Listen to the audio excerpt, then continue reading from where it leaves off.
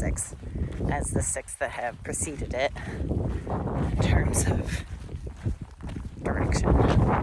It's a straight line that I'm following for like 16 miles total. I'm not as high up as I once was, so you can't see as far, but you see that line going off into the distance? It curves between some of those. It curves between two of those like foreground hills or mountains, but yeah, over there's the next water source. You're probably 8 miles away from it by now. Got like a liter left, which is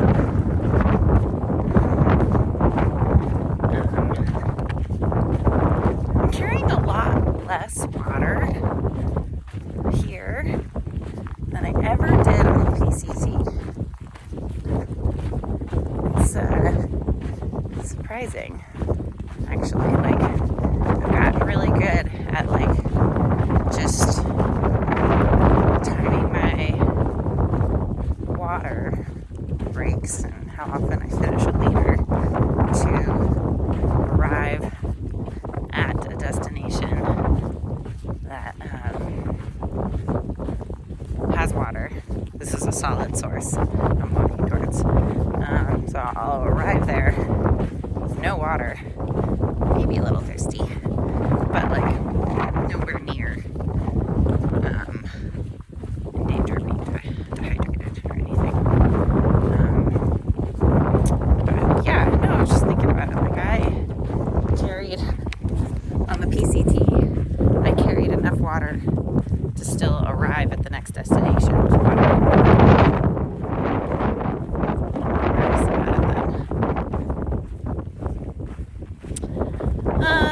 So like 8 miles to water source, and I'll spend a nice long break there. And then I'll probably go another 5 or 6 more miles. Because any closer than that, then I'll be within a few miles of the highway. I want to keep close to the highway.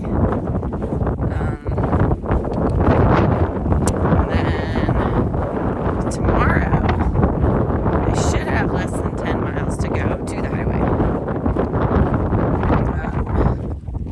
And after that, the CDT parallels the highway up in the hills a little bit, but like I think within sight of the highway for like 15 miles. And I don't care. I already don't have a continuous footpath. I get the point of the basin. I get it. I've been here for 3.5 days. It'll be 4.5 by the time I reach the highway. Whatever. I don't need to hike within sight of the highway when I could just, when I'm getting to the highway and then like leaving it to parallel it, I'm going to get to that highway and I'm going to get a ride into town. Kids, I want a pina colada and a margarita. Or just a beer. Really good salad.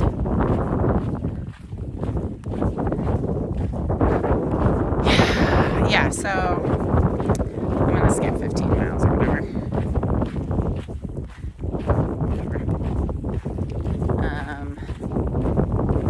And yeah, probably gonna take 2 nights in town. Maybe catch up on my journal and my YouTubes. So yeah.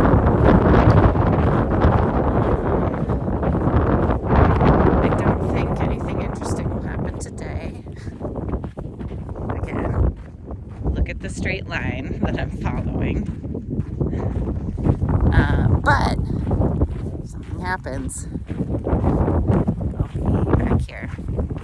Oh, there was a cute thing last night. I camped. Sorry.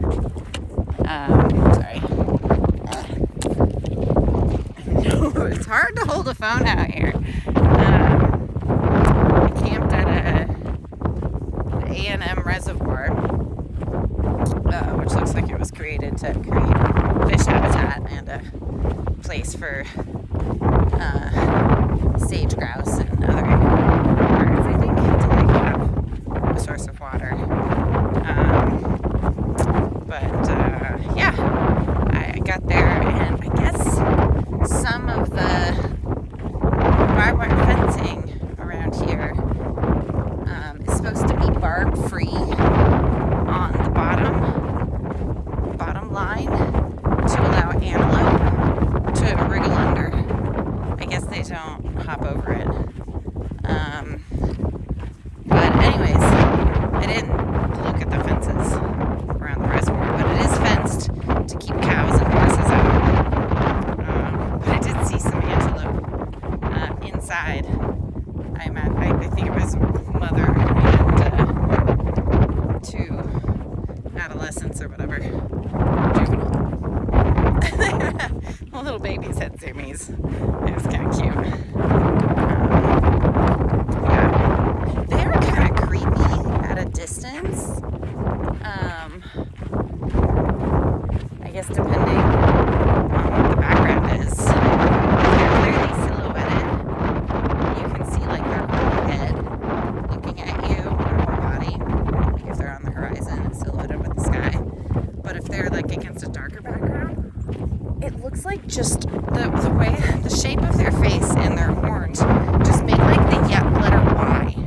And you can't see any other feature of their face. It just looks like this antelope-like figure. And its head is just and it's staring right at you. It's something about it's like really unnerving. Like you can't see their face.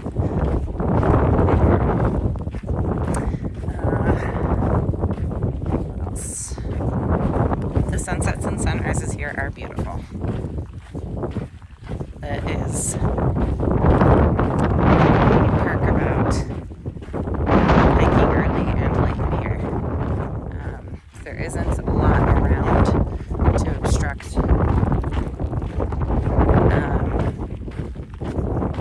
your views of the sunrises and sunsets, so it's just everywhere.